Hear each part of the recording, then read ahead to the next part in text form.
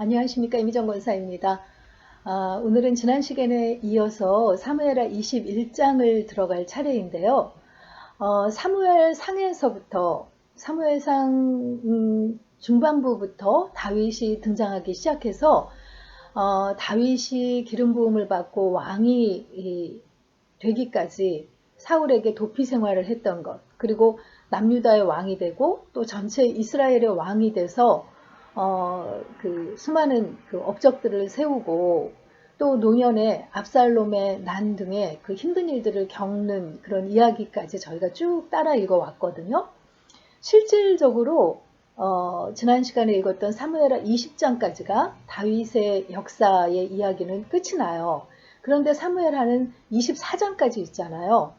21장부터 24장까지도 역시 다윗의 이야기가 이어지는데 이것은 그 마치 부록과도 같은 그 부분으로서 역사적인 그 흐름과는 그 무관하게 그 다윗의 시대에 있었던 어느 시대에 있었는지는 불분명하지만 그 있었던 중요한 사건들을 이렇게 정리해 놓은 그런 부분으로 보입니다. 오늘 21장은 그 기브온 민족들을 그 사울이 그 살해함으로써 그들의 그 원한을 사서 이스라엘에 그 가뭄이 들자 그에 대한 그 해결을 다윗이 나서서 강구하는 그런 이야기로 그려져 있습니다. 21장에 기록된 기브온 족속과의 사건은 압살롬의 반란이 있기 이전에 있었던 사건일 거라고 학자들은 얘기하고 있습니다. 이스라엘에 3년이나 기근이 있었다고 기록하고 있어요. 기근이라는 것은 보통 그 농사 짓는 사람들에게 또 이스라엘 사람들은 농사와 목축을 같이 했는데 비가 내리지 않으면 그 곡식을 식량을 얻을 수 없고 또 그 풀도 나지 않기 때문에 목축도 굉장히 힘들어지죠. 이 팔레스타인 지방은 굉장히 그 건조한 지역이기 때문에 3년 동안 그 기근이 있었다. 그러면 굉장한 그 피해를 입을 수밖에 없는 그런 상황이에요. 그러니까 다윗이 하나님께 왜 이런 기근이 우리에게 있느냐고 여쭤봤더니 사울이 기브온 그 족속을 죽였기 때문이라고 이렇게 말씀을 하십니다. 기브온 족속이 어떤 사람들인지 우리가 여호수아서를 그 되돌이켜 봐야 하는데요. 그 요단강을 건너서 맨 먼저 여리고 성을 그 무너뜨리잖아요. 그리고 나서 아이 성을 점령하는데 이 두 성이 그 요단을 건너온 이스라엘 백성들에 의해서 힘없이 점령된 것을 소리를 듣고 이 조금 거기서 멀리 떨어진 기브온 성읍의 사람들이 마치 그 자신들은 멀리에서 온 족속처럼 이스라엘 백성들을 찾아와서 그 화친을 청하죠. 왜냐하면 그때 당시 하나님께서 이 가나안 땅에 있는 그 가나안 족속들이 너무 그 악이 그 창궐하고 그 타락한 문화가 있다는 걸 알기 때문에 그 가나안 족속들을 진멸하라고 했다는 것을 기브온 족속들이 알았던 거예요. 그래서 멀리서 온 족속처럼 이렇게 그 주장을 하고 와서 여호수아에게 화친을 청했는데 여호수아가 그 하나님께 묻지 않고 그냥 그들의 행색과 그들이 가져온 그 음식이 다 곰팡이 난 걸 보고 멀리서 온 족속인 줄 알고 화친을 맺었잖아요. 근데 얼마 안 가서 이 그 멀지 않은 곳에 살았더니 가나안 족속임을 알게 돼요. 그래서 그들의 목숨은 하나님 앞에 이제 화친을 하고 언약을 맺었기 때문에 진멸하지는 않고 나무 이렇게 그 해오는 자와 물깃는 자로서 기브온 족속이 그 섬기게 된 것이 여호수아서에 기록이 되어 있거든요. 그런데 사울이 왕이 되고 난 다음에 자기 민족에 대한 그 어떤 그 애족심 그리고 그 다니엘 민족을 구축하고자 하는 어떤 열심으로 이방 족속의 추출 정책을 시행했다고 해요. 그래서 그때 기브온 거민을 많이 죽였다는 거죠. 이스라엘의 왕이 됐다는 거는 하나님과 언약 관계에 있는 그 사람들도 함께 지켜줘야 하는 그런 임무가 있었는데, 이렇게 사울이 인간적인 정책을 펼침으로써 이렇게 화를 자초하고 말았던 거죠. 그래서 다윗이 이 기브온 족속들에게 너희가 어떻게 해야 하나님 앞에 그 원한의 기도를 올린 것을 그치겠느냐 하고 물어보니까 기브온 사람들이 우리를 이렇게 그 죽인 사울의 자손 중에 7명을 선별해서 우리들에게 내어달라라고 요구를 합니다.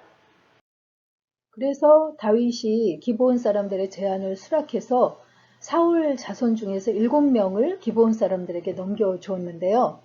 사울의 자손 중에서 요나단의 아들인 무비보셋, 그리고 그의 아들인 미가, 이 두 사람은 요나단과의 우정, 그리고 그와의 언약을 기억해서 이 두 사람은 제외시키고, 그 사울의 첩 중에서 사울은 그렇게 여인이 많지 않았잖아요. 아히노암이라는 아내에게서 그 아들 넷과 딸 둘, 이렇게 아들이 5명이었군요. 이스보셋까지 그 5명의 아들과 딸 둘을 낳았고, 그 다음에 그 리스바라는 첩에게서 2 아들을 낳았는데, 그 리스바라는 첩의 2 아들과, 그리고 그 메랍이라는 큰 딸이 시집을 가서 5명의 아들을 낳았는데, 이 5명의 아들과 그 첩의 아들인 2명, 그렇게 해서 7명을 기브온 족속에게 내어 주었어요. 그래서 기브온 족속들이 그 7명을 한날 한시에 죽여가지고 이렇게 나무에 메어 달았습니다. 원래 그 유대인의 장례법에 보면은 하나님께서 신명기에도 그 명령을 하셨듯이 사람이 나무에 달려도 그날로 장사를 지내라고 되어 있거든요. 뭐 짐승에 의해서 이렇게 그 훼손을 당해서 피가 흘리거나 이렇게 하면 그 땅을 부정하게 만든다고 생각해서 그날로 저녁이 되면 그 시체를 이렇게 처분을 했는데, 지금 이 그 기브온 족속에게 준 사울의 후손 7명은 그 하나님과의 언약을 지키지 않아서 하나님의 진노가 이 땅에 기근으로 내려졌던 그 원인이 된 그 사건의 해결책으로 이렇게 사형을 당했기 때문에, 이 하나님의 진노를 풀어드리기 위한 속죄 제물의 의미로 당일에 그 장사되지 않고 비가 내리기까지 나무 위에 그대로 방치되었던 것을 볼 수 있습니다.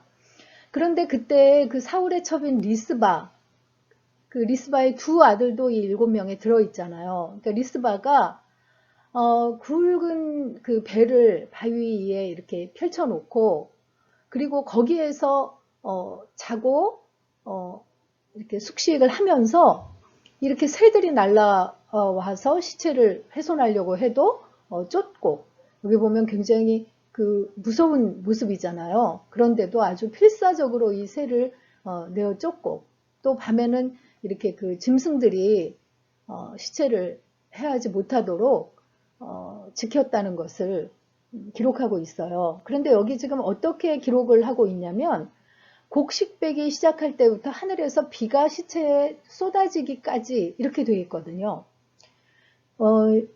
이스라엘 지방에서 곡식을 베기 시작할 때라는 거는 보리 추수를 먼저 하니까 그게 4월경이 돼요. 우리 태양력으로 따지면. 그 4월경부터 9월 넘어서까지는 거의 비가 한 방울도 내리지 않습니다. 우리처럼 뭐 가끔 뭐 소나기도 내리고 이런 게 없어요. 그 지방에는. 10월경부터 가끔 비가 내리기 시작하는 우기가 시작이 되는데, 그렇기 때문에 곡식 빼기 시작할 때부터 비가 시체에 쏟아지기까지라고 하면 거의 6개월가량의 기간을 리스바가 이렇게 그 시체들을 보호하는 그 의식을 행하고 있었다는 것을 알 수가 있습니다. 이 소식을 그 다윗이 듣게 되죠. 그래서 이 리스바의 정성에 또 그 사랑에 감동한 다윗은 그 길르앗 야베스, 이곳은 그 사울이 길보아 산에서 블레셋과의 전쟁에서 그 요나단과 다른 그 아들들과 함께 죽임을 당했을 때 벳산 성벽에 그 시신이 이렇게 매달려 있었잖아요. 그런데 길르앗 야베스가 사람들이 그들이 어려움에 처했을 때, 암몬 족속으로부터 그 어려움에 처했을 때 사울이 도와줬던 것을 기억하고 그 은혜를 갚으려고 벳산에서 시신들을 가져다가 길르앗 야베스에 그 화장해가지고 이렇게 그 묻어두었다는 그 기록을 저희가 봤거든요. 다윗이 그 길르앗 야베스에서 사울과 요나단과 또 그 사울의 그 아들들의 그 시신, 그 뼈를 가지고 옵니다.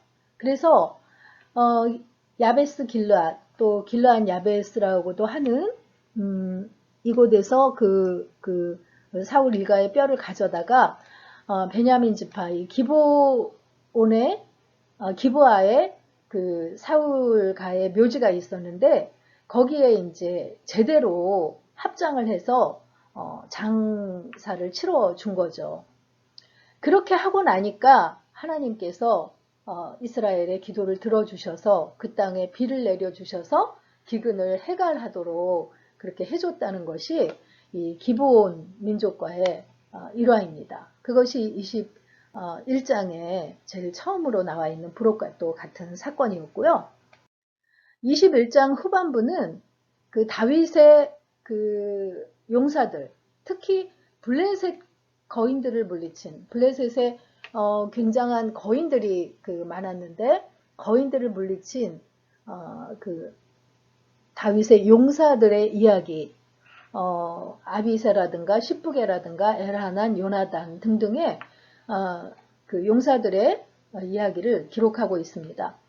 여기 왜 그 이야기를 기록하냐면요. 우리가 다음 시간에 사무엘하 22장에 다윗이 자신을 구원한 감사의 노래를 시로 지어서 올려 보내게 되는데 이 다윗의 용사들이 이 블레셋의 거인들을 물리침으로써 이런 그 구원의 노래를 올려드리게 된 그 배경이 된 것으로 보이거든요. 그래서 이 부분에서 그것을 기록하고 있는 것을 볼 수 있습니다.